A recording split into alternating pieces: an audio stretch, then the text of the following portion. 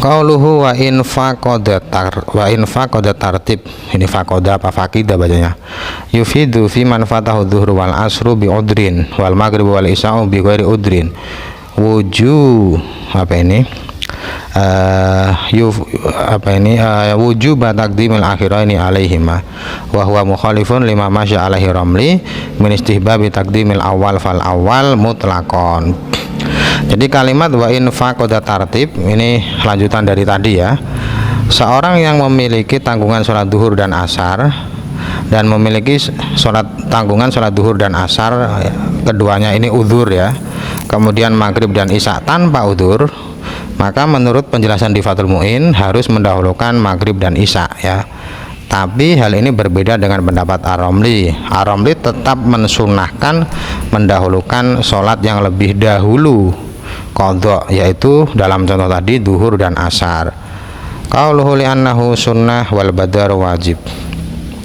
Alasan harus mendahulukan sholat yang ditinggalkan tanpa udzur, alasannya adalah tartib itu sunnah ya, tartib itu sunnah, sedangkan bergegas itu wajib. Bergegas itu wajib, tartib itu sunnah. Ini pembahasannya ada orang yang punya dua tanggungan sholat, yang satu udzur, yang satu tidak udzur ya, yang satu udzur, yang satu tidak udzur. Tapi sholat yang lebih dahulu ditinggalkan itu sholat yang ada udzur, sholat yang ada udzur. Itu kan menurut Ibnu Hajar tadi harus mendahulukan sholat yang tidak ada udzur. Mengapa? Karena bergegas melakukan sholat yang tidak udzur itu hukumnya wajib, sedangkan mengurutkan sholat yang lebih dahulu diqadha dulu itu adalah sunnah. Jadi perbandingannya antara wajib dan sunnah, sehingga dimenangkan yang sunnah. Al-qailu bistibabihi mutlaqan yaqul at-tartibul matlub ya nufa la yunafil badar li'annahu mustaqil bil ibadah wa ghairu muqassir. Alasan dari pendapat yang mengatakan tetap disunahkan tartib adalah, ini Imam Romli ya, tartib atau berurutan, melakukan sholat secara berurutan sesuai waktunya itu dituntut oleh syariat, dan tuntutan ini tidak menghalangi bergegas ya. Artinya seorang yang melakukan sholat qadha sholat yang ada udurnya dulu, itu dia tidak dikatakan tidak bergegas. Atau begini ya, contohnya tadi misalkan asar dan duhur, ada orang yang punya tanggungan asar dan duhur, yang duhur qadhanya udur, yang asar tidak udur ya. Itu menurut Romli kan tetap disunahkan mengqadha duhur dulu daripada asar ya. Alasan beliau mengurutkan duhur dan asar dilakukan duhur dulu itu dituntut oleh syariat ya, ada kesunahan.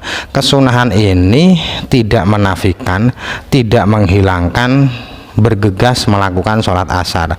Jadi kalau dalam contoh ini kan orang ini diharuskan bergegas melakukan sholat asar ya, bukan berarti kalau dia melakukan sholat duhur dulu dia dikatakan tidak bergegas, bukan seperti itu. Jadi melakukan sholat duhur dulu itu tidak menghilangkan ia bergegas, mengapa demikian? Karena walaupun dia tidak segera melakukan sholat asar, tapi yang menjadikan ia tidak melakukan sholat, yang menjadikan ia tidak bergegas itu adalah ibadah ya. Dia itu tidak bergegas bukan karena melakukan sesuatu yang cuma-cuma, tapi karena dia melakukan ibadah. Karena dia melakukan ibadah itu berarti walaupun sholat asarnya dilakukan setelah sholat duhur tetap dikatakan bergegas,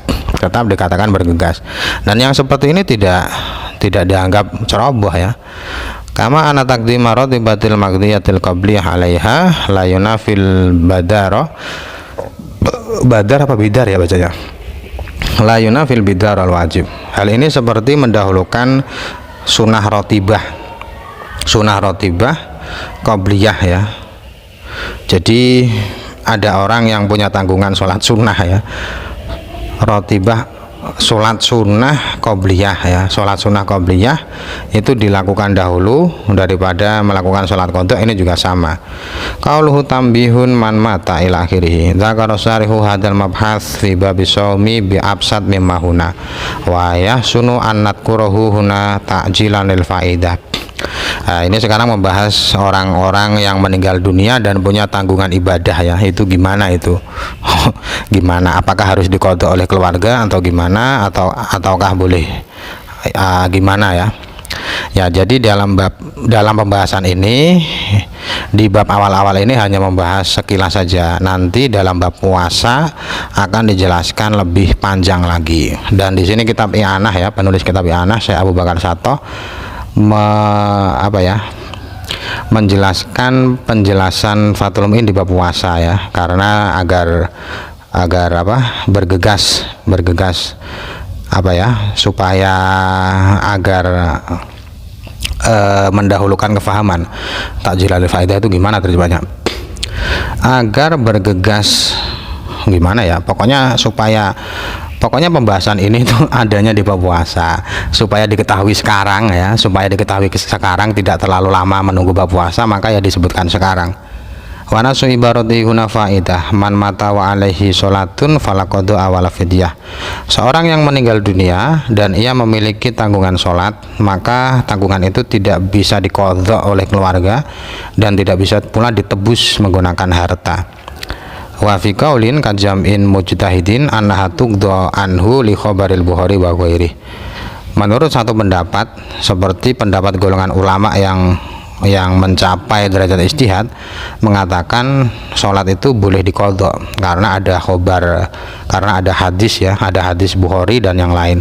Wa min tsamma tarahu jam'un min a'immatina wa fa'ala bihi subki an ba'di aqaribihi. Oleh karena ada hadis itu, maka sekelompok ulama dari imam kita memilih pendapat yang kedua ini, memilih pendapat yang mengatakan sholat itu boleh diqadha ya, sholat boleh diqadha. Maksudnya ada mayit yang punya tanggungan sholat, itu sholatnya boleh diqadha oleh keluarganya. Bahkan hal ini juga dilakukan oleh subki ya, asubki yang mengqadha sholat sebagian kerabatnya yang meninggal. Jadi pendapat ini tidak sekedar pendapat saja, tapi juga dilakukan oleh asubki. Wa naqala Ibnu Burhan anil qadim annahu yalzamul waliya in khalafa tarikatan ayyusalli anhu kasaumi. Kemudian Ibnu Burhan mengutip pendapat dari pendapat Imam Syafi'i, pendapat qadim. Beliau mengatakan bahwa wali harus mengqadha sholat dari mayit yang memiliki tanggungan sholat ya, bila memang ia meninggalkan harta warisan. Hal ini sama seperti puasa ya. Jadi kalau ada orang yang meninggal masih punya tanggungan puasa, itu keluarganya bisa mengqadha. Wa fi wajhin alaihi katsirun minasabina annahu yud'imu an kulli sholatin muddan. Ada satu pendapat dan pendapat ini diikuti oleh banyak dari ulama Syafi'iyah, mengatakan sholat itu boleh diganti dengan memberi makan satu mud ya. Setiap satu sholat itu diganti dengan memberi makan orang fakir miskin satu mud. Wa qala al-Muhib at-Tabari yusolli lil mayyit yasilu lil mayyit kullu ibadatin tuf'al wajibatan aw mandubah. Al-Muhib at-Tabari mengatakan bahwa semua ibadah yang dilakukan untuk mayit itu pahalanya bisa sampai kepada mayit. Ini maksudnya apa itu penjelasan untuk menolak kelompok sebelah ya, kelompok sebelah, entah sebelah mana itu. Jadi semua ibadah yang dilakukan untuk mayit itu pahalanya bisa sampai ke mayit, baik ibadah yang dilakukan wajib atau sunnah. Wa fi syarhil muhtar li muallifihi madhab ahli sunnah anal insan ayaj'ala thawab amalihi wa sholatihi li ghairihi wa yasiluhu. Dalam syarah al-muhtar dijelaskan bahwa madhab ahli sunnah mengatakan boleh bagi setiap manusia menjadikan pahala amal dan sholatnya untuk orang lain, dan pahala itu akan sampai. Jadi saya sholat ya, misalkan saya sholat, kemudian pahala sholat saya berikan kepada seseorang, itu bisa sampai ke sana, pahalanya bisa ditransfer. Jadi transfer pahala itu dalam Ahlus Sunnah itu bisa ya, bisa, tidak hanya boleh tapi bisa sampai ya.